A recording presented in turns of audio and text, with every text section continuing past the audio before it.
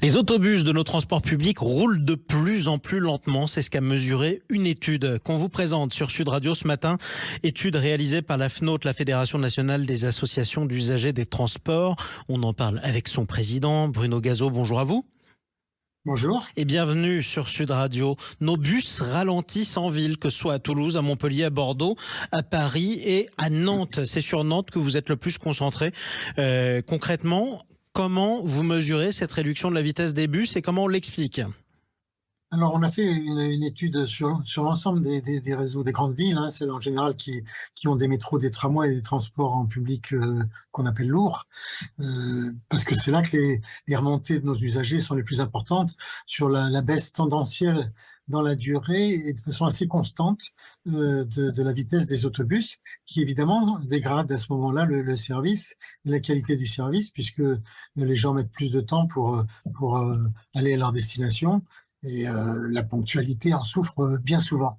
Donc c'est une baisse de la qualité de service qui nous a alertés et on a voulu savoir si c'était vrai ou pas vrai.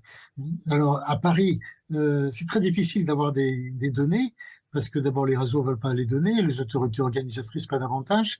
Donc c'est assez difficile de les avoir. Enfin, on a ici et là quelques données qui transparaissent au travers des conseils d'administration. On sait qu'à l'Île-de-France, la baisse des autobus, la baisse de la vitesse des autobus a été assez importante depuis 10 ans, et régulière. Elle est aujourd'hui tombée, disons, en grande banlieue autour de 15% et dans Paris en dessous de 10%. Oui, voilà, donc c'est quand même une baisse assez importante. Question importante quand même, notamment en ce qui concerne la capitale, mais c'est pas la seule ville concernée par le phénomène. La vitesse à 50 à l'heure pour tout le monde a été abaissée à 30 à l'heure. Est-ce que ça peut avoir un impact sur la vitesse des transports publics ou finalement c'est pas très conséquent?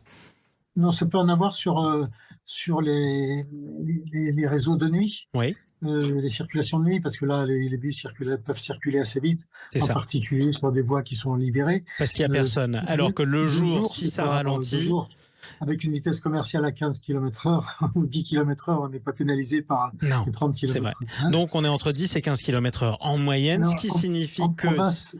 En province, on le retrouve, mais en province, les choses sont un petit peu différentes et la pression est un peu moindre. Donc, la vitesse varie autour, elle est restée entre 12 et 18 km/h en général dans les grandes métropoles.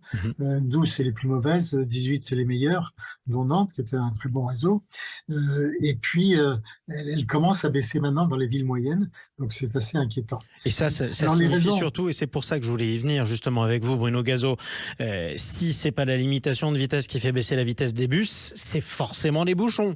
Donc si les bus ralentissent, c'est qu'il y a de plus en plus de bouchons, quelles que soient les villes. Alors, il y a plusieurs motifs et c'est ça qui a été intéressant sur l'étude qu'on a fait sur Nantes, qui pourrait être dupliquée d'ailleurs sur d'autres villes. Mais il y a plusieurs motifs pour lesquels le bus ralentit. Il y a évidemment les problèmes de circulation. Il y a le temps qu'ils mettent pour reprendre des clients. Il y a les aménagements de voirie, la priorité au feu. Et puis, est-ce qu'on vend encore des billets dans le bus ou au contraire, est-ce qu'on est passé à des abonnements, etc. Donc, oui, il y a plusieurs facteurs qui jouent. Il y a des facteurs qui sont positifs, avoir plus de clients. Donc, perdre du temps parce qu'on prend plus de clients, c'est une bonne chose. Perdre du temps parce que les clients mettent du temps à monter, parce que les aménagements de feu aux voiries ne sont pas réalisés ou parce que les couloirs pour bus sont encombrés par des camions de livraison ou par toutes sortes d'obstacles, dont les vélos. Il n'y a pas que les vélos, mais ça peut être les vélos. Ça fait que la vitesse aujourd'hui ralentit. Et donc la qualité de service a tendance à se dégrader. C'est la raison pour laquelle vous tirez la sonnette d'alarme ce matin sur Sud Radio. Et la qualité de service, je le dis, c'est à la fois le temps de parcours, mais c'est surtout la fiabilité par rapport aux horaires donnés et au temps d'arrivée des bus qui sont affichés maintenant dans beaucoup de réseaux. Donc ça c'est très pénalisant pour les usagers, surtout quand les autobus sont cadencés à 10 minutes ou à 15 minutes.